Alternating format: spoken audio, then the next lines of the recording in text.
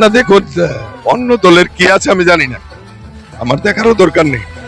কারণ আমরা চাই এই রাজ্যের জনজাতি বিকাশের জন্য আমাদের কেন্দ্রের নরেন্দ্র মোদীজি সরকার এবং রাজ্যের মুখ্যমন্ত্রী প্রফেসর ডক্টর মানিক সাহাজির নেতৃত্বে সরকার, এই ডাবল ইঞ্জিনের সরকার প্রকৃত ত্রিপুরা রাজ্যের উন্নয়ন, জনজাতিদের বিকাশের জন্য কাজ করছে। তাই তার নিরিখে দাঁড়িয়ে মানুষ ভারতীয় জনতা পার্টিকে বিশ্বাস করে। কাজে আপনারাও দেখছেন ঘুরে ঘুরে যে ভারতীয় জনতা পার্টিতে কিভাবে মানুষ যোগদান হচ্ছে। তো আগামী দিন 12 এপ্রিল বিজেপি সরকার। Thank you sir. 12 এপ্রিল ভোট, আপনারা জানেন ষষ্ঠ জেলা পরিষদ নির্বাচন এবং 3 নং 10 আসনের বিজেপির মনোনীত প্রার্থী সোমনাথের সমর্থনে হাতে সভা হয়।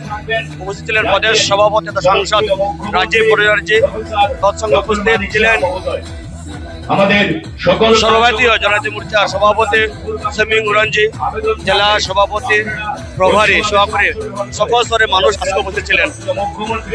অ্যাকচুয়ালি 2021 আমরা এখানে 1495 জিতি জয়লাভ করতে আসনে। আমাদের এবার মিনিমাম 5000 ভোট আমরা জয়লাভ করবো 3 নম্বর আসনে এবং ভারতীয় জনতা পার্টি কাঞ্চু জয়লাভ করবো সময়ের অপেক্ষা। দেখুন 2021 সালে একবার প্রথমবার জয়লাভ করেছেন, জাতীয় জনজাতি পার্টি জয়লাভ করেছেন। এইবারও সেম হবে, জাতীয় জনজাতি পার্টি উনি জয়লাভ করে আপনারা যাবেন। আপনার অনেক মানুষ আপনার কাঞ্চনপুরে পৌঁছে পেয়েছে, কিন্তু আপনি নিজেরা কিন্তু আপনার পরিচয়টা কেন্দ্রে অ্যাকচুয়ালি আমরা 2016-তে আমরা ভারতীয় জনতা পার্টি যোগদান করি।